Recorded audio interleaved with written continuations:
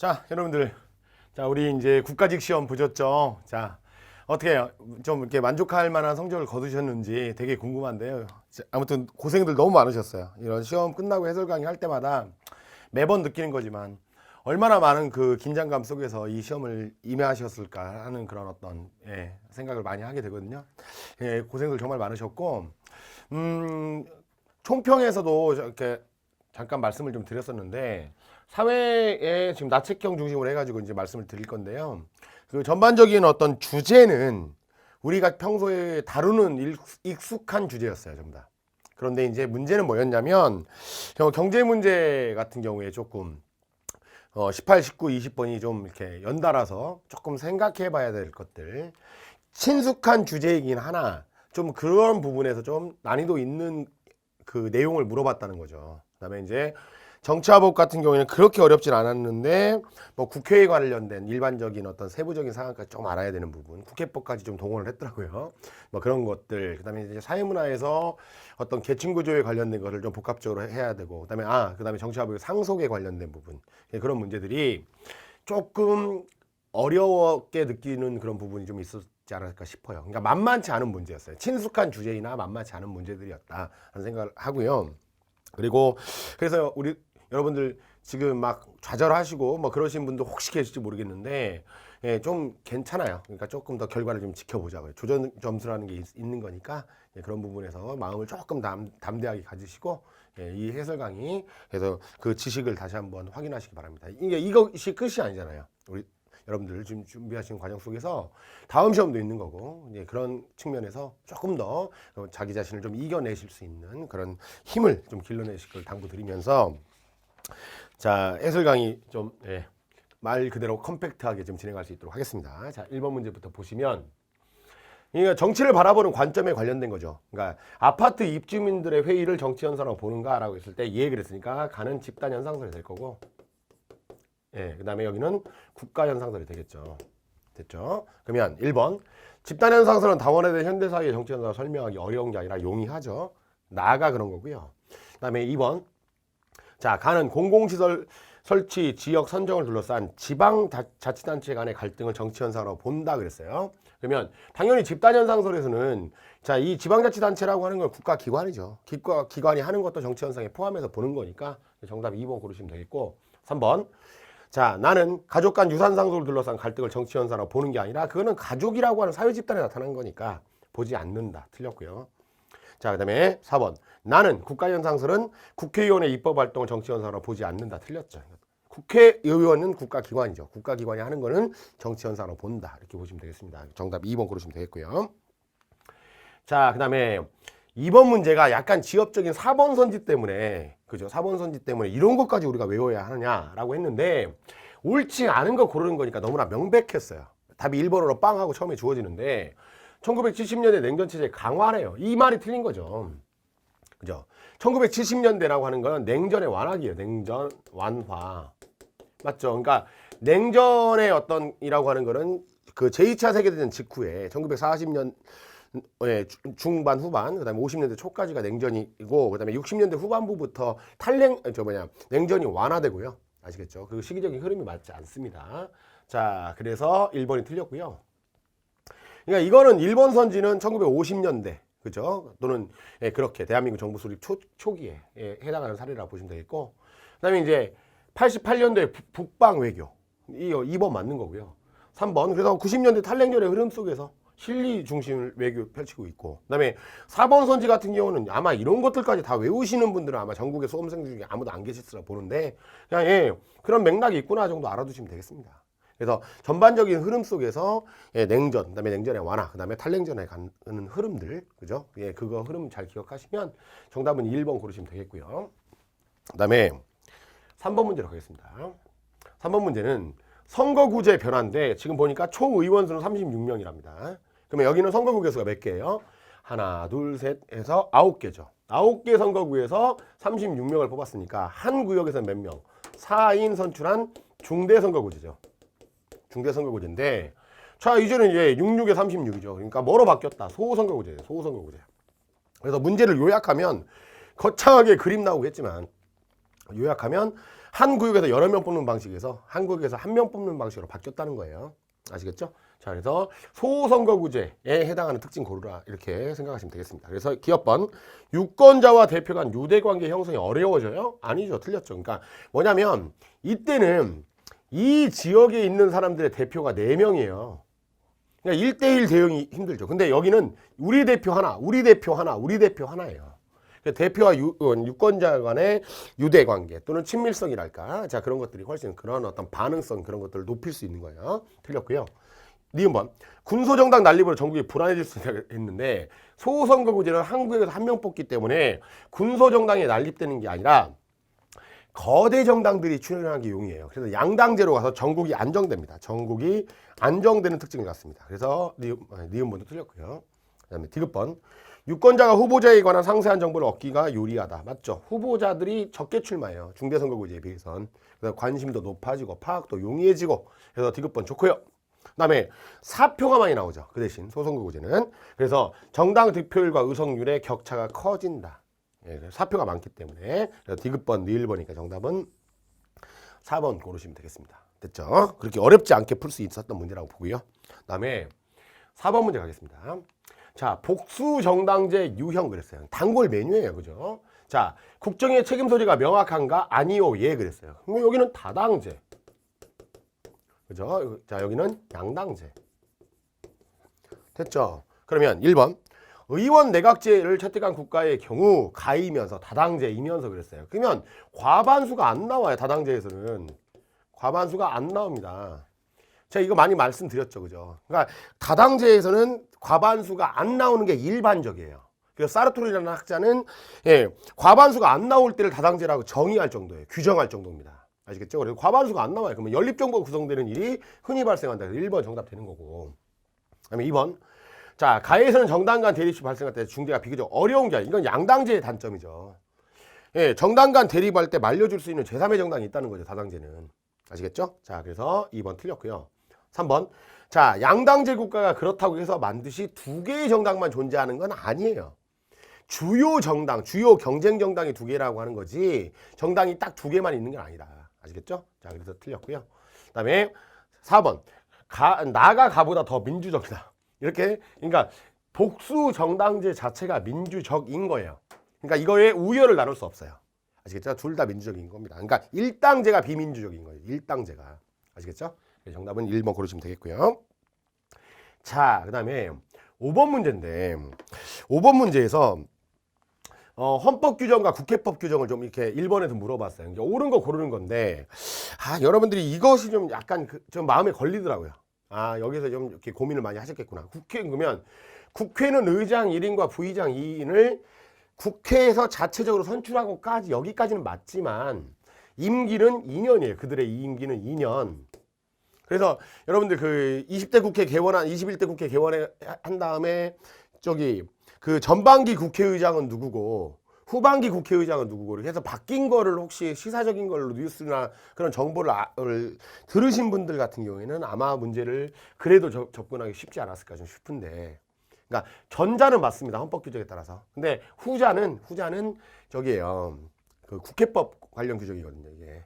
아시겠죠? 그래서 1번은 그래서 틀린 겁니다. 그다음에 2번. 20인 이상의 소속 의원을 가진 정당 많이가 틀렸죠. 그죠? 그러니까 정당만이 교섭단체를 구성할 수 있는 게 아니라 20인이 안 되더라도 정당 간 연합으로도 교섭단체 구성 가능. 그래서 틀렸습니다. 그다음에 3번이 정답입니다. 그러니까 이 날짜 때문에 이런 것까지, 그죠? 이런 것까지 가지고 장난치지 않은 것 같아요, 출제자가. 그래서 저는 되게 다행스럽다 이렇게 생각을 하는데, 그래서 공고된 날로부터 60일 내에 의결해야 되는데 의결하려면 제적 3분의 2 이상의 찬성을 얻어야 된다. 아시겠죠? 발의는 제적 과반수고 의결은 3분의 2 이상의 찬성. 그래서 3번이 정답이고, 4번. 국회 회의의 원칙에 따라서 한 회기 중에 의결되지 못한 법률안이나 의안은 다음 회기에 다시 계속하여 심의할 수 있다. 계속 심의 가능이고, 자, 이것을 우리가 회기 무슨 원칙? 계속의 원칙이다.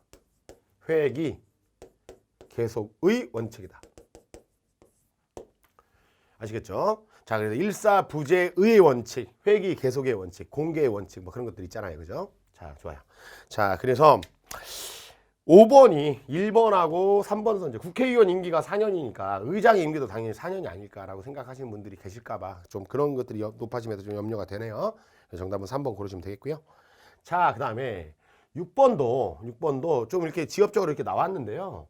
옳지 않은 거 고르라고 하는 건데 좀 명백해 보이는 게 제가 이게 평소에 강의를 할 때나 그럴 때 3번이 정답이에요. 근로자는 근로 조건에 관련된 부분에서 자, 협상을 할 수 있는 거지 정치적인 목적으로 쟁행할 수 없는 것처럼 그다음에 경영에 관여할 목적으로는 경영에 관련된 거를 그 단체 교섭의 내용은 될 수가 없습니다. 그러니까 경영 전반에 걸쳐 제약 없이 단체 교섭권을 행사할 수 있다. 틀렸어요. 경영은 경영진의 고유 권한이에요. 아시겠죠? 그래서 경영에 관한 걸로 교섭할 수는 없다. 그래서 정답은 3번 고르시면 되겠고 대등한 지위에서 그렇죠. 서로 떨어뜨렸네요. 서로 대등한 위치에서 근로관계 형성하려고 하는 게 목적이고 왜 근로자는 약자니까. 그다음에 근로삼권 침해하는 것, 그죠? 근로삼권. 그래서 노동조합을 방해하는 행위, 부당노동행위 맞고요. 그다음에 4번 단체 행동권의 정당한 행사에 따른 사용자의 손해에 대해서 근로자는 법적 책임이 없다. 그죠? 자, 그러니까 이거는 그 정당 행위죠. 그죠? 법적인 용어로 말씀드리면 그죠? 민형사는 책임을 물을 수 없습니다. 정답은 3번 고르시면 되겠고요. 자, 그다음에 7번 가겠습니다. 14세인 갑은 배고픔을 참지 못하고 빵집에서 빵을 훔쳤다 이렇게 돼 있어요. 그러면 갑은 책임 능력이 없다라고 했습니다. 책임 능력이 없다라고 단정할 수 있을까요? 14세 전후로 본다라고 했지. 책임 능력의 유무는 그죠? 그죠? 근데 책임 능력이 없다라고 단정할 수 있을까요? 아니에요. 그다음에 형사 미성년자도 아닙니다. 형사로 미성년자 아닙니다. 이 사람 14세기 때문에 아시겠죠? 그래서 책임 능력 없다라고 단정할 수 없고요. 그다음에 2번 의뢰행위입니다. 빚을 갚지 않고 자 해외로 도망가는 채무자를 공항에서 강제로 붙잡았다. 이게 바로 대표적인 자구행위 위법성 조각사유. 아시겠죠? 그래서 니은번 좋고요. 그다음에 디귿번. 자 갑자기 나타나 달려드는 맹견을 피하기 위해서 대문이 열린 남의 집으로 들어갔다는 얘기는 그러면 이건 뭐예요? 주거 침입죄의 구성 요건에 해당하나 그죠? 긴급 피난에 해당하고 위법성 조각사유가 될 수 있다. 맞죠? 그래서 정답은 니은 디귿으로 고르시면 되겠고요. 그다음에 니을번. 정해행위는 친구의 가방에 돈을 훔쳤는데 친구는 그 사실을 알지 못했대. 인지하지 못했대요. 그러면 절도죄의 구성 요건에 해당하지 않습니까? 남의 친구 가방에도 돈을 훔쳤으니까 구성 요건에 해당하죠. 위법하죠. 그래서 나중에 알게 되면 그죠? 처벌받을 수 있죠. 아시겠죠? 자, 그래서 해당하지 않는다. 틀렸습니다. 그래서 니은번, 디귿번이니까 정답 몇 번이요? 3번 고르시면 되겠습니다. 자, 그 다음에 8번 문제인데 자, 봐요. 갑은 같은 회사 직원 병에게 폭행을 당해 상해를 입어 형사 고소를 하였다. 갑은 민사소송 제기 없이 형사재판에서 신속하고 간편하게 손해배상을 받기 위해서 배상명령제도를 누가 신청한 거예요? 갑이 신청한 거죠. 갑이 어디에? 법원에. 형사법원에 신청하는 거예요. 아시겠죠? 그래서 피고인이 뭐일 때? 유죄일 때. 피고인이 유죄일 때. 즉, 자, 병이 유죄일 때. 그죠? 유죄일 때. 자, 여러분들 민사상 손해배상을 법원이 명령하는 거죠. 그래서 병이 당일 재판에서 유죄 판결을 받아야 한다. 그래서 정답 몇 번? 1번. 손해배상을 받기 위해서는. 그러니까 형사재판부에다가 별도의 민사소송을 제기하고 손해배상 청구 소송을 하기에는 너무나 번잡스러우니까 형사재판부에다 배상명령을 신청하는 겁니다. 그러면 자 피고인이 유죄일 때 재판부는 손해배상 금액 얼마를 명령할 수 있는 거죠. 아시겠죠? 그래서 정답 1번 고르시면 되겠고 2번 형사보상제도입니다. 형사보상제도인데 불구속 수사 후 무죄 취지의 불기소를 받은 사람도 니은을 활용할 수 있다고 했는데 형사보상이라고 하는 거는 반드시 두 가지 요건이 충족돼야 한다. 생각나시죠? 반드시 뭐 해야 돼요? 구속돼야 돼요. 아시겠죠? 플러스 뭐 해야 돼요? 이 사람이 무죄해야 돼요. 그러니까 무죄 취지의 불기소를 처벌을 받았다라고 한다면 형사보상 청구가 가능하지만 그죠? 불구속 수사였기 때문에 틀렸어요. 구속 수사예요. 아시겠죠? 자, 그래서 틀렸습니다. 그다음에 3번. 구속 재판을 받은 피고인이 집행유예 확정 판결을 받은 경우. 근데 집행유예는 유죄입니다. 유죄. 무죄가 아니라. 아시겠죠? 그러니까 형사보상 청구 불가예요. 아시겠죠? 자, 그다음에 4번. 기억, 니은 모두 국가가 범죄 피해자를 보호한다? 피해자를 보호하는 건 기억만 해당하죠. 배상명령제도. 피해자한테 손해배상 명령하는 거니까. 근데 니은은 이 사람이 지금 현재 오해받은 사람이잖아요. 가해자, 피의자, 피고인으로 오해받은 사람이에요. 그죠? 피해자가 아니에요. 범죄 피해자가 아니라고요. 아시겠죠? 자, 그래서 니은은 아닙니다. 자, 그래서 정답은 1번 고르시면 되겠고요. 자, 이제 상속 문제가 약간 계산이 좀 복잡했는데, 자, 한번 가볼게요. 자, 지금 보면 갑과 을은 혼인신고를 했대요. 법률혼 관계라 이 말이에요. 자녀 병과 정을 낳고 살고 있었는데 갑과 병이 큰 사고를 당하여 시차를 두고 두 사람 모두 사망하였다. 사망 당시에 갑과 병의 전 재산은 14억 원이었다. 둘 다. 별도의 이유는 없었다. 그러면 갑이 얼마? 14억이고 그다음에 병도 14억이에요. 그다음에 시차를 두고 사망하였다. 그러니까 누가 먼저 죽었는지는 몰라요. 아시겠죠? 자, 그러면 1번 선지 갑이 먼저 사망한 경우 그랬습니다. 아시겠죠? 갑이 먼저 사망한 다음에 병이 죽은 거예요. 자, 그러면 정은 갑 사망 당시에 옳지 않은 거 고르는 겁니다. 예, 갑의 재산 중 4억 원을 상속받는다 그랬습니다. 그러면 갑이 먼저 사망한 경우가 있습니다. 그러면 갑이 사망을 했어요. 그죠? 자, 먼저 사망했다고 했으니까. 그러면 그때는 갑이 사망하는 시점에는 자녀가 있는 거죠. 병은도 살아 있는 거죠.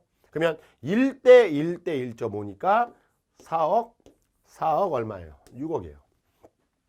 4억. 1대 1대 1.5. 그러면 7분의 2, 7분의 2, 7분의 3입니다. 아시겠죠? 자, 그러면 갑의 사망 시 갑의 재산 중 4억 원을 상속받는다. 누가요? 정은. 맞죠? 됐죠? 자, 그 다음에 3번까지 가요.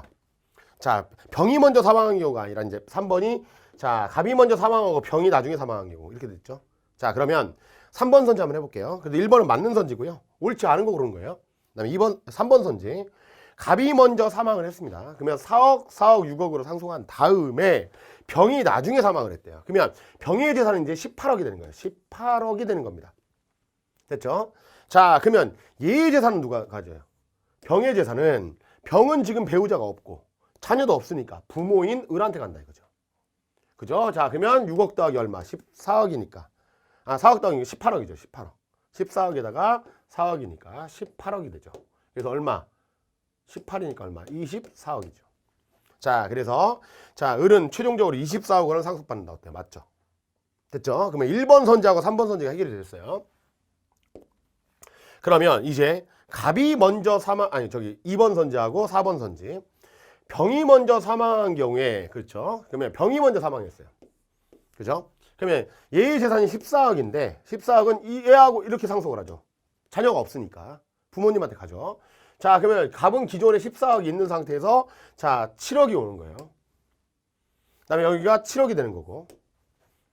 됐죠? 자, 그런 다음에 자, 병 사망 시 병의 재산 중 7억 원을 상속받는다. 을은 어때요? 맞죠?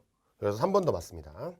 됐나요? 좋아요. 자, 이제 마지막 4번이 그래서 틀린 건데 4번은 병이 먼저 사망하고 나서 갑이 나중에 사망한 경우 그랬습니다.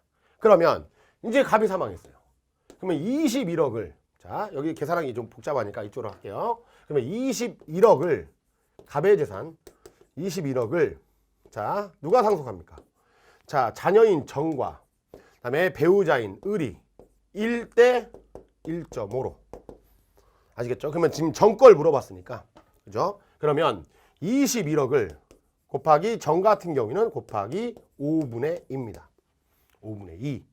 아시겠죠? 그러면 21억을 5로 나누면 4.2가 되죠. 4.2. 됐죠? 4.2 곱하기 자, 2배니까. 그죠? 그러면 8.4. 그러니까 8억 얼마? 5천. 아시겠죠? 8억 5천. 그러면 자, 을 같은 경우에는 얼마? 21억 곱하기 5.3 한 다음에 아까 받았던 얼마? 7억까지. 아시겠죠? 더해주면 되고요. 됐죠? 자, 그래서 정답은 4번 고르시면 되겠습니다. 그러니까 약간 복잡은 했는데 제가 봤을 때 조금만 시간을 좀 두시고 좀 생각했으면 그러니까 시간이 부족하지 않았으면 충분히 풀 수 있는 문제이지 않을까 그렇게 생각 한번 해봅니다. 자, 10번 문제입니다. 정치와 법에서 마지막 문제인데 자, A는 UN 총회가 되겠고요. UN 총회. 자, B는 안보리. 자, 그 다음에 C는 국제사법재판소. 사법재판소. 됐죠? 자, 옳은 것을 골라라 이렇게 되어 있습니다. 자, 그러면 1번. 국제연합의 실질적 최고 의사결정기구는 안보리 B로 바꾸셔야 되고요. 됐죠? 자, 그 다음에 중요 문제에 대해서 5개 상임이사국이 모두 포함된 9개국 이상의 찬성을 얻어야 된다. 이게 바로 거부권 규정이다. 그죠? 상임이사국의 동의투표가 포함된 상태에서의 9개국 이상의 찬성이에요. 자, 그러니까 2번이 정답이 되는 거고 3번 국제사법재판소는 서로 다른 국적의 15인으로 재판관으로 구성되며까지는 좋지만 강제적 관할권이 아니라 임의적 관할권이다. 임의적 관할권이다. 그래서 양 당사국이 재판을 받기로 합의를 한 것을 전제로 재판해 준다. 강제로 재판하는 게 아니다. 아시겠죠? 자, 그래서 3번 틀렸고요. 4번. 자, 국제사법재판소는 판결을 이행하지 않는 당사국에 대해서 직접 제재를 가할 수 없습니다. 제재권이 없어요. 그래서 안보리한테 뭐라고 해야 돼요? 찌른다고 해야 하나? 안보리한테 일러요. 그럼 안보리에서 의결을 해서 제재를 가하기도 하죠. 유엔 차원에서. 아시겠죠? 정답은 2번 고르시면 되겠습니다. 이게 여기까지가 이제 정치와 법 문제였고요. 자, 이제 11번부터 사회문화 5개 문제가 나오는데 사회변동의 방향을 설명하는 이론 그랬습니다. 가는 진화론, 그다음에 나는 순환론. 됐죠? 자, 그러면 운명론적 시각으로 바라보는 건 순환론 나가 돼야죠. 어차피 어디요? 발전과 퇴보를 반복하고 변동하죠. 그런 다음에 멸망하고 막 그런 운명론적인 거는 그죠? 순환론입니다. 틀렸고요. 그다음에 사회가 이전보다 발전된 모습으로 변동한다 보는 건 진화론이 되죠. 항상 오늘보단 내일이 나을 거고 내일보단 모레가 나을 거고요. 아시겠죠? 진화론입니다. 자, 3번. 자, 가는 나와는 달리 인간의 주체적 행동을 과소평가한다는 비판을 받는 거는 나죠. 순환론이죠. 그러니까 아까 이게 운명론적인 시각이라고 하는 거는 이제 운명이다 이건. 그렇게 받아들이고 체념하는 거잖아요. 그럼 운명론적 시각이 반영된 것이 순환론이잖아요. 아시겠죠? 그러니까 인간의 어떤 주체적인 역사를 만드는 또는 사회의 진보를 형성하는 인간의 주체성, 그런 자율성, 그죠? 그런 인간만의 능력을 과소평가한다는 비판을 받는 건 순환론입니다. 아시겠죠? 자, 그래서 4번 정답. 순환론은 가와는 달리 미래의 사회 변동을 예측하여 대응하기에 적합하지 않다는 비판을 받는다. 자, 이렇게 순환하잖아요, 이렇게. 그러니까 우리가 서 있는 시점이 이렇게 발전을 향해 가는 거냐, 아니면 퇴보를 하는 거냐라고 하는 진단 자체가 어려워요. 근데 진화론은 무조건 오늘보단 내일이 나아질 거잖아요. 그러니까 예측이 용이하단 말이에요. 오늘보다 내일이 나아질 거니까. 아시겠죠? 그래서 다시 한번 정리를 하실 때 사회 변동을 예측하고 대응하기가 유리한 게 진화론, 곤란한 건 순환론. 끝입니다. 아시겠죠? 자, 그래서 정답은 4번 고르시면 되겠고요. 자, 12번 가겠습니다. 문화 변동을 옳은 것은 그랬습니다. 자, A국은 오랜 전쟁 끝에 B국을 정복하고 식민 통치했대요. 그러니까 이렇게 한번 해볼게요. A국이 B국을 침략해 들어간 거예요. 식민지배. 그 다음에 식민 통치하에서 B국 사람들이 자연스럽게 A국의 의복을 받아들이면서 A국의 고유한 의복은 자취를 감추고 B국의 고유한 의복은 자취를 감추고 A국의 의복으로 대체되었답니다. 그러니까 여기는 뭐가 일어났어요? 동화가 나타났고요. 동화가. 또한 A국과 이제 B국이 직접 접촉을 하는 거니까 자, B국의 고유한 향신료를 A국이 전통음에 접목시킨 새로운 음식을 만들었답니다. 그러니까 A국 고유의 것과 B국 것이 섞였다는 거죠. 그래서 A국은 융합이 나타났어요. 문화 융합이. 자, 그러면 정답은 1번. A국에선 융합, B국에선 동화가 발생했다. 그래서 1번이 정답이 되는 거고 2번. A국과는 달리 B국에서는 간접 전파에 의한 문화 변동이 나타났다고 했는데 지금 간접 전파라고 하는 건 매체에 의한 거거든요. 근데 양국이 식민 지배를 하는 국가와 당하는 국가들 사이에 접촉이 나타난 거죠. 이거는 간접 전파가 아니라 둘 다 무슨 전파예요? 직접 전파죠. 그죠? 어떤 뭐 SNS나 인터넷이나 책으로 전파된 게 아니잖아요. 아시겠죠? 자, 그다음에 3번. B국과는 달리 A국에는 강제적 문화적 변화로 문화 변동이 발생했다. A국은 식민 지배를 한 나라예요. 강제적이에요. B국 것이 강제적으로 한 겁니까? 물론 식민 지배를 당한 B국은 강제적 문화적 변화의 모습을 유추할 수 있지만 단정할 수는 없어요. 근데 A국은 식민 지배를 하는 입장에서 강제적인 건 아니잖아요. 자, 그래서 틀렸고요. 그다음에 4번. 이렇게 A국과 B국이 만나서 서로에게 영향을 줬다라고 하는 것은 내재적 요인이 아니라 외재적 요인이에요. 외재적 요인. 그러니까 그 사회, 국가 밖에 있는 외부적 요인이라 이 말이에요. 아시겠죠? 정답은 1번 고르시면 되겠고요. 자, 그 다음에 13번이 사회조사 연구 방법론 이런 쪽이 문제가 조금 뭐 고난도로 나오거나 하게 되면 좀 많이 어려워하시는 분들이 계시는데 그렇게 어렵진 않으리라고 봅니다. 자, 왜냐하면 지금 이렇게 일단 300명, 300명 가지고 막 이렇게 구체화하여 측정한 값 무슨 연구한 거예요? 양적 연구한 거죠. 양적 연구. 가설 세우고. 그죠? 그러면 양적 연구를 했다는 얘기는 방법론적 매듭론이에요. 일원론이죠. 아시겠죠? 그래서 기업번 틀렸고, 그다음에 니은번. 자, 종속변수, 독립변수라고 하는 거는 원인에 해당하는 건 독립변수, 결과에 해당하는 게 종속변수거든요. 그러면 학교생활 적응 정도에 이성교제 여부가 미치는 영향이니까 이게 원인이죠. 그래서 니은이 독립변수, 거기에 따라 영향을 받는 기억이 종속변수. 그래서 니은번은 좋습니다. 됐죠? 자, 그 다음에 디귿번. 모집단이라고 했을 때, 모집단은 제가 평소 강의를 할 때 조사하려는 전체 집단이에요. 집단. 그러니까 조사하려는 전체 집단이 자, 모집단이고, 자, 표본은 또는 표본 집단이라고 하는 건 실제 조사한 집단입니다. 실제 조사한 집단이에요. 그러면 지금 청소년들 전체가 모집단이 되는 거예요. 조사하려는 전체 집단이. 그 다음에 조사 대상은 디귿의 300명하고 리을의 300명이에요. 아시겠죠? 그러니까 디귿과 리을을 합한 것이 모집단이 아니라 표본 집단입니다. 표본 집단. 아시겠죠? 모집단은 청소년이에요. 청소년. 조사하려는 전체 집단. 아시겠죠? 자, 그래서 디귿번 틀렸고요. 그 다음에 미음은 학교생활 적응 정도를, 자, 예. 학교생활 적응 정도, 학교 적응 정도는 학교생활 적응 정도, 친구 적응 정도. 그 다음에 예, 학교 수업 적응 정도로 구체화해 측정한 값. 종속 변수를 뭐 한 거예요? 개념의 조작적 정의한 거죠. 아시겠죠? 자, 그래서 리을번 맞고요. 자, 그래서 니은번, 니을번이니까 정답은 3번 고르시면 되겠습니다. 자, 그 다음에 14번 문제.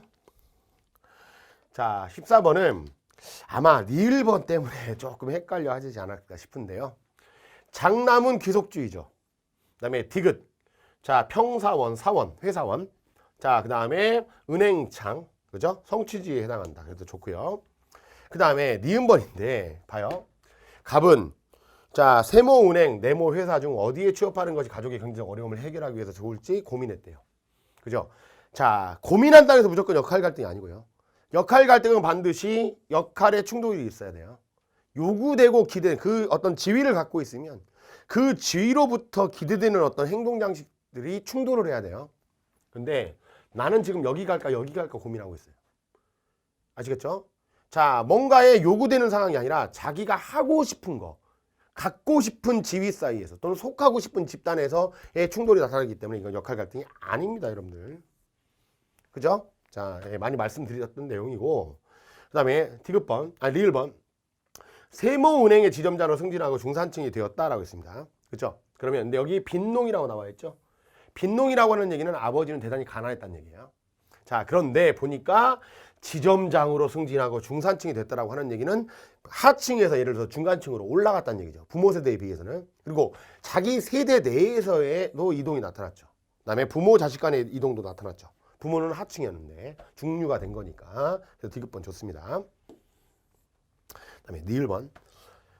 중거 집단이라고 했는데요. 중거 집단 제가 어떻게 정리하시라고 했죠? 평소 강의할 때 속하고 싶은 집단.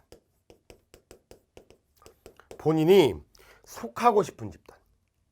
아시겠죠? 속하고 싶은 집단. 그러면 자, 갑의 입장에서 봐요. 자, 그러면 미음이래요. 지금 보니까 입사했고 근무하면서 세모은행의 지점장으로 승진하고 중산층이 되었다. 갑은 고등학교 동창회에서 공공은행에 다니는 을을 만난 후 그가 은행장으로 승진한 사실을 알고 무척 부러워하였다고 했어요. 은행장이 됐대요. 그렇다고 해서 이 사람이 지금 현재 공공은행 가고 싶어란 말이 있어요, 없어? 없죠. 그래서 여기 미음이라고 하는 건 중거 집단 아니에요. 볼 수 없어요, 그죠? 공공은행 가고 싶은 게 아니라 아하, 은행장은 되고 싶은 거죠. 그러면 은행장이라고 하는 거는 중거 집단이라고 볼 수 있어요, 없어요? 있죠. 근데 어떻게 사람이 집단이 될 수 있나요? 중거 집단이 될 수 있나요?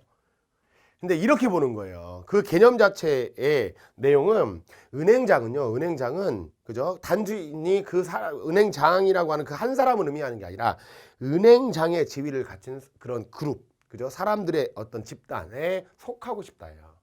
그러니까 은행장이라고 밑줄을 쳤지만 이거는 중거 집단이라고 볼 수 있어요. 은행장 되고 싶은 거니. 아시겠죠? 그런데 자, 지금 현재 공공은행을 다니고 싶어는 아니잖아요. 아시겠죠? 세모은행에서도 자기가 예를 들어서 은행장이 되고 싶겠죠. 아시겠죠? 그러니까 세모은행 다니고 싶을 수도 있는 거예요. 그러니까 공공은행을 꼭 가고 싶다, 속하고 싶다라고 볼 수는 없습니다. 자, 그래서 네 1번은 그런 의미에서 틀렸어요. 그래서 기업과 디귿번. 그래서 많이 좀 고민하셨을 것 같긴 한데, 그죠? 네 1번이 그런 의미에서 틀렸다라고 하는 거 다시 한번 제가 말씀드리고요. 자, 이제 사회문화의 마지막 문제 15번 문제입니다. 15번 문제는 자, 지금 현재 A, B, C가 상중하 중에 하나라고만 돼 있지 아무런 얘기가 없어요.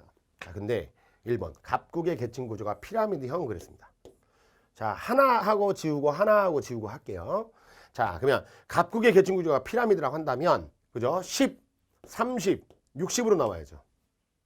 이렇게 나와야죠. 상중하가. 그러면 10에 해당하는 B가 상, 그다음에 30에 해당하는 A가 중, 그다음에 60에 해당하는 C가 하예요.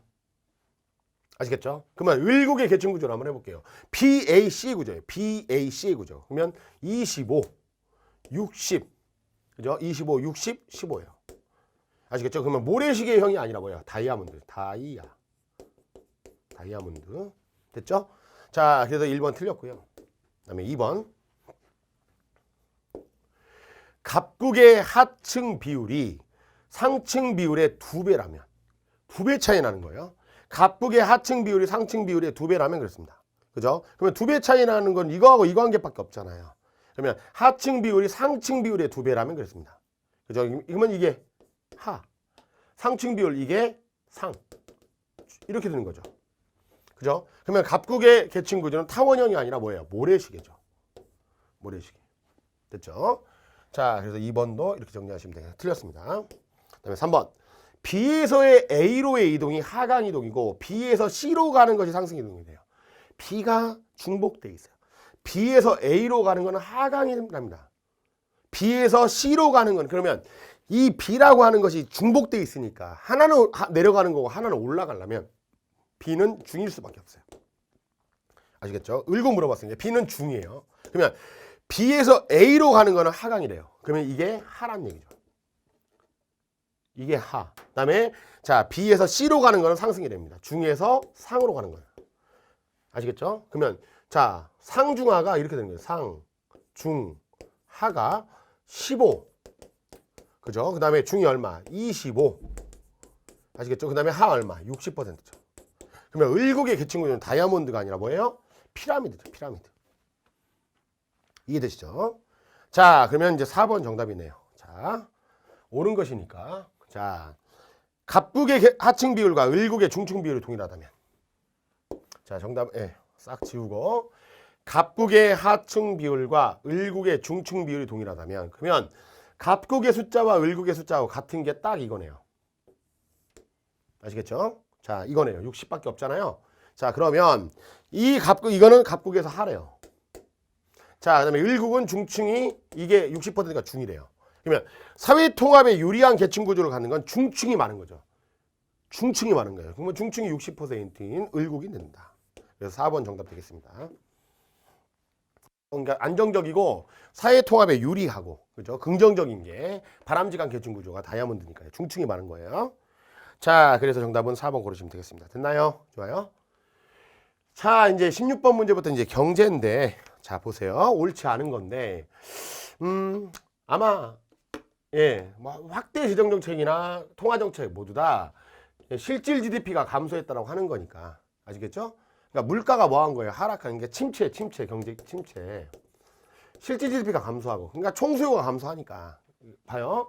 가계 소비, 기업 투자에 감소해요. 총수요가 감소했다. 그래서 2번 좋고요. 총수요가 감소하게 되면, 자, 총수요가 감소하게 되면 이렇게 해서 물가가 하락하잖아요. 이렇게. 아시겠죠? 자, 1번 좋고요. 그 다음에 확대 재정 정책이나 확대 통화 정책이라고 하는 건 경기 활성화 정책이거든요. 그죠? 그러니까 정부가 소득세율을 깎아준다. 세금을, 소득세가 포인트가 아니라 어찌됐건 간에 세율을 인하했다는 얘기는 덜 걷어가겠다는 얘기예요. 그죠? 그 돈 갖고 많이 소비하고 지출하라는 얘기니까. 그래서 기억에 살리다 좋습니다. 근데 통화정책이요. 확대 통화정책이라고 하는 거는 통화량을 증가시켜야 돼요. 침체일 때는. 그러면 국공채를 매각해야 돼요. 매입해야 돼요. 매입해야죠. 침체일 때는 재할인율 인하.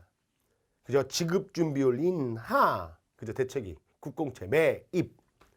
그다음에 너무나 과열돼 있을 때는 재할인율 인상, 지급 준비율 인상, 국공채 매각.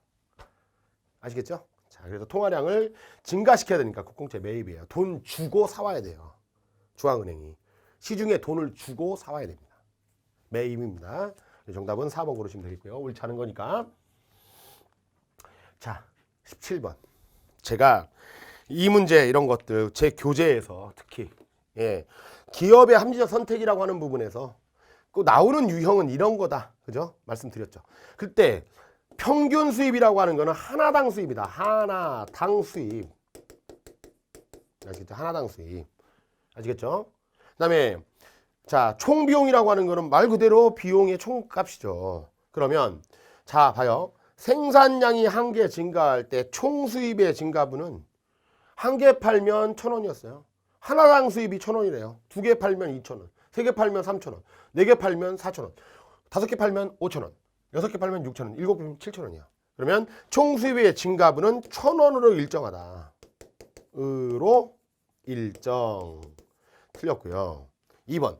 생산량이 한 개씩 증가할 때 총비용의 증가분, 총비용의 증가분 600 커졌어요. 얼마 커져? 700 커졌어요. 얼마 커져? 800 커졌어요. 900 커졌어요. 얼마요? 얼마요? 1100 커졌어요. 그 다음에 얼마 커졌어요? 1200 커졌어요. 총비용의 증가분은 점차 커진다. 자, 여기까지 됐죠. 자, 그 다음에 생산량이 3개일 때보다 5개일 때. 자, 다 지워도 되죠? 1번, 2번 틀린지 아시겠죠? 자, 그 다음에 생산량이 3개일 때. 자, 이윤이에요. 5개일 때 이윤이에요. 그러면 3개일 때 3,000원 벌고 1,800원으로 3,000원 벌고 1,800원으로 비용 나갔으니까 이윤은 1,200이죠. 5개일 때 5,000원 벌고 3,500원 썼으니까 3,500원 썼으니까 이윤은 얼마야? 1,500. 그러면 3개일 때보다 5개일 때 이윤은 더 크다. 3번 정답. 아시겠죠? 자, 그 다음에 4번. 생산량이 6개일 때 이윤이 극대화된다는데 6개일 때 한번 해봐요. 그러면 자, 6,000원 벌고 4,600원 썼으니까 그죠? 이윤은 얼마야? 1,400. 이것보다 안 되잖아요. 아시겠죠? 자, 그래서 이윤 극대화의 지점이라고 얘기할 수 없겠다 이거야. 굳이 이윤 극대화의 지점을 찾지 않아도. 이해하시겠죠? 좋아요. 자, 이렇게 해서 정답은 3번 고르시면 되겠고요. 자, 이제 18번. 이 문제. 자, 저하고 같이 공부하신 분들 같은 경우는 이거 처음 봤다라고 하시면 안 돼요. 수요함수, 공급함수에 관해서. 그때 제가 문제 풀이 요령을 어찌됐건 간에 제가 뭘 말씀드렸냐면 수요량과 공급량이 같은 지점에서 균형 가격과 균형 거래량이 생기니 이런 문제가 나오면 일단 균형점 찾아라. 수요 곡선은 분명히 하락하는 곡선으로 나올 거고 공급선은 상승하는 모습으로 나오니까 교차점 찾아라. 교차점은 거래량이 동일한 지점이다. 아시겠죠? 그러면 어떻게 놓으라겠어요 이걸. 자, 100 마이너스 3p 값하고 마이너스 20 플러스 p의 값하고 같다. 무조건 놓고 풀어서 균형점부터 찾으시라고 했던 거 생각나시죠? 잉여 파트에서 특히 문제 풀 때. 그죠? 여러분들. 좋아요. 그러면 이렇게 올라오면 넘어가면 얼마야? 4p죠. 아시겠죠? 그러면 이렇게 넘어가면 120입니다. 그래서 P는 얼마? 30이에요. P가 30. 그러면 균형 가격이 30원이다 이 말이에요. 그럼 여기다 P에다가 30을 넣으면 아시겠죠? 그러면 균형 거래량은 여기다 마찬가지로 30 넣어도 상관없어요. 그때 수요량, 공급량은 10개로 동일하죠. 그죠? 그래서 그때 균형 거래량은 10개다. 그래서 정답 몇 번? 3번. 아시겠죠? 우리는 준비를 할 때 이런 상태에서 수요 함수와 공급 함수의 그래프까지 그려서 잉여까지 삼각형 면적까지 계산했잖아요. 그죠? 예. 자, 그거 생각하시면 그러면 자, 여기까지 이해되시죠? 그래서 자, 정답은 3번 고르시면 되겠고 그다음에 1번 선지를 해결해 보시면부터 시장 가격 25라고 했어요. 그러면 25일 때를 써봐요. 그냥 넣어봐요. 그냥 여기다. 그러면 수요량은 몇 개예요? 25 곱하기 3이니까 75죠. 그러면 수요량은 25. 아시겠죠? 그 다음에 여기다가 25가 들어가니까 공급량은 몇 개? 5개예요. 그러면 초가 초과 수요량이 20이다 이렇게 해야죠. 수요량은 사려는 양은 25개고 팔려는 양은 5개니까 초과 수요량이 20개란 얘기예요. 이해되시죠? 자, 그 다음에 아까 균형 가격이 얼마였어? 30이었잖아요. 30보다 낮으니까 당연히 초과 수요 발생할 수밖에 없는 거고. 아시겠죠? 자, 그래서 1번 틀렸고요. 2번 가격 상승에 따라 수요량이 증가하는 수요를 함수예요. 가격이 상승해요. 이 P의 값이 커지면 커질수록 빼주는 값이 많으니까 이 값은 줄어들죠. 그래서 가격 상승에 따라 수요량이 감소하는 겁니다. 수요 법칙에 부합하는 거죠. 자, 그래서 2번도 틀렸고요. 3번 정답이 되는 거고 4번 최고 가격을 32 이상으로 설정해야 가격 상한제 정책의 목적을 달성할 수 있다. 최고 가격은 균형 가격보다 낮게 설정하는 거예요. 균형 가격보다 낮게 설정하는 거예요. 낮게. 아시겠죠? 그러니까 최고 가격은 얼마? 30원 미만으로 이하로 설정해야 가격 상한제 정책의 목적을 달성할 수 있게 된다. 아시겠죠? 더 높아질 수 있는 가격을 균형 가격보다 낮게 설정하는 거예요. 최고 가격은. 됐죠?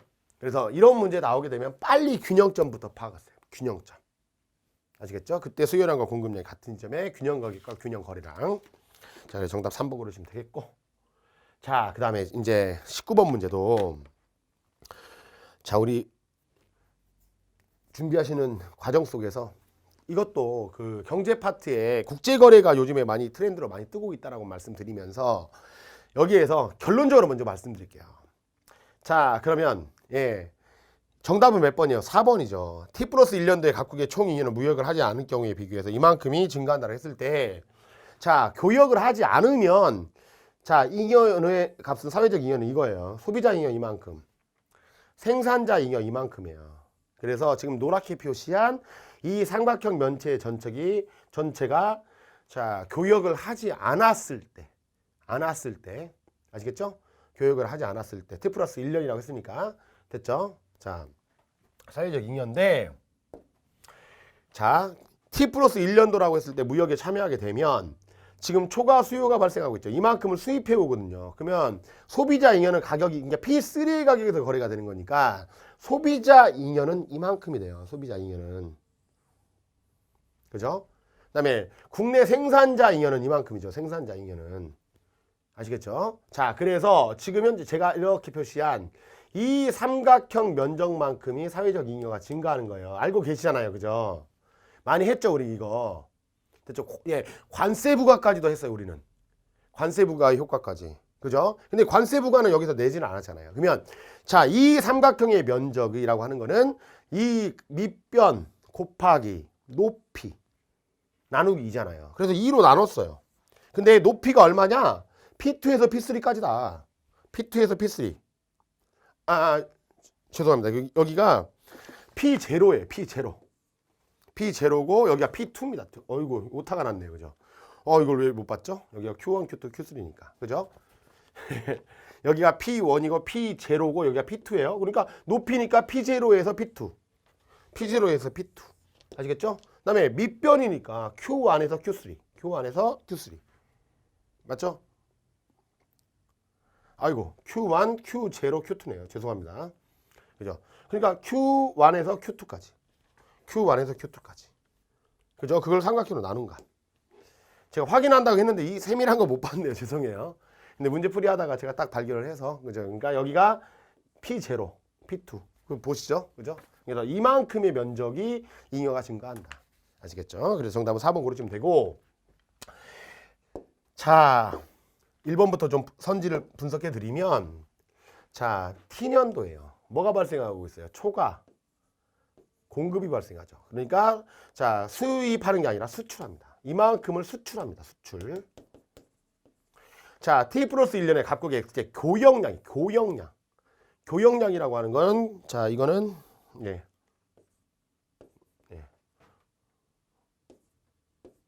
자, 교역량이라고 하는 건 무역량이거든요. 자, 그러면 T 플러스 1년에 이만큼을 수입해 와요. 이만큼을 초과 수요만큼을 이만큼을 수입해 오니까 자, 교역량은 Q0에서 Q2까지가 아니라 Q1부터 Q1, Q2입니다. 그래서 틀렸고요. 그다음에 3번 T년도의 각국의 소비자 잉여. 자, 이것도 T년도의 각국의 소비자 잉여는 T년도는 자, 가격이 여기에 형성되니까요. 여기에 형성되니까 소비자 잉여는 이만큼이에요. 노랗게 표시한 영역이에요. 아시겠죠? 자, 그 다음에 T 플러스 1년도의 소비자 잉여는 가격이 여기에 형성되니까 이만큼. 압도적으로 크죠. T 플러스 1년도가 큽니다. 이해되시죠? 자, 그래서 정답은 4번 고르시면 되겠고요. 자, 그 다음에 20번 문제. 마지막 20번 문제 거창하게 냈는데 제가 이것도 게시판에서도 이런 부분들 많이 질문하시고, 그러니까 실질 이자율이 마이너스일 때 명목 이자율이 그래도 플러스면, 자, 명목 이자율이 플러스면 실질 이자율이 마이너스일지라도 현금 보유보다는 예금이 나아요. 현금을 갖고 있는 것보다 그래도 예금을 해서 저기 이자라도 타먹는 게 낫다는 얘기죠. 근데 자, 현금 보유보다는 은행 예금이 낫고, 은행 예금보다는 또 나은 게 이제 실물 투자가 되겠죠. 물가 상승이 높아서 실질 이자율이 마이너스가 되면 예금의 실질 구매력이 감소한 거니까. 아시죠? 그죠? 예, 만약에 그걸 알고 계셨다면. 그리고 자, 봐요. 자, 공식이 하나 제가 부탁드리면서 암기하시라고 했던 게, 실질 이자율이라고 하는 거는 명목 이자율에서 물가 상승률을 빼준 값이에요. 그러니까 실질 이자율 1이라고 하는 값은 그죠? 명목 이자율 2에서 물가 상승률을 빼줘서 이게 나온다는 거거든요. 그러니까 뭐예요? 2-1이에요. 플러스 1입니다. 1. 이게 바로 물가 상승률. 이거는 실질 이자율. 그다음에 이거는 명목 이자율이라고 한다면 물가 상승률은 플러스 1이에요. 그러면 자, 지금 현재 자, 2019년도의 상황은 실질 이자율이 마이너스 1이에요. 그러면 마이너스 1은 그죠? 자, 명목 이자율이 얼마예요? 1이잖아요. 아시겠죠? 그러면 마이너스 1이 되려면 뭘 빼줘야 돼요? 플러스 2가 돼야죠. 이게 바로 물가 상승률이에요. 됐죠? 이거는 실이고 이거는 명이에요. 명목 이자율이에요. 자, 그 다음에 2020년도의 상황을 보니까 실질 이자율이 2예요. 2예요.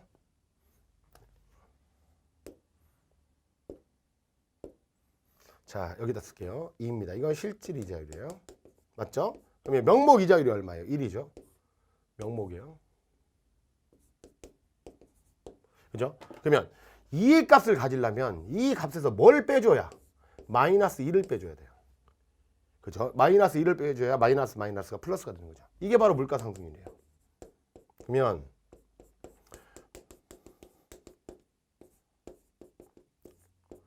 그래서 이 문제에서의 포인트는 이 막대 그래프의 높이를 보고, 아시겠죠? 그런 다음에 물가 수준이나 이런 것들을 계산할 수 있느냐 이건데, 자, 저하고 한번 해볼게요. 1번 선지 2019년의 물가 상승률, 2019년의 물가 상승률은 2018년의 물가 상승률이 1이고 여기는 2니까 자, 2018년보다 낮은 게 아니라 높다가 돼야죠. 그죠? 자, 그래서 틀렸고, 2번 2019년의 경우에는 자, 예금보다 현금 보유가 수익성 측면에서 유리하다고 했는데 제발 그죠? 물론 실질 이자율이 마이너스예요. 예금하게 되면 예금의 가치는 1%만큼 하락했어요. 근데 현금을 갖고 있으면 그죠? 자, 어떻게 보면 자, 예, 물가 상승률 2%만큼 손해를 보는 거예요. 아시겠죠? 그러면 1%만큼의 명목 이자율로 뭐랄까 상쇄시킬 수 있죠. 가만히 갖고 있으면 2%만큼 손해라니까요. 그죠? 근데 예금을 하게 되면 1%만큼 손해. 그러면 현금 보유를 하게 되면 마이너스 2%만큼 손해예요. 물가가 오른 것만큼. 아시겠죠? 그다음에 현금을 보유하면, 예금을 하게 되면 1%만큼 손해라는 얘기죠. 그래서 명목 이자율 1% 타먹는 거니까. 이해되세요?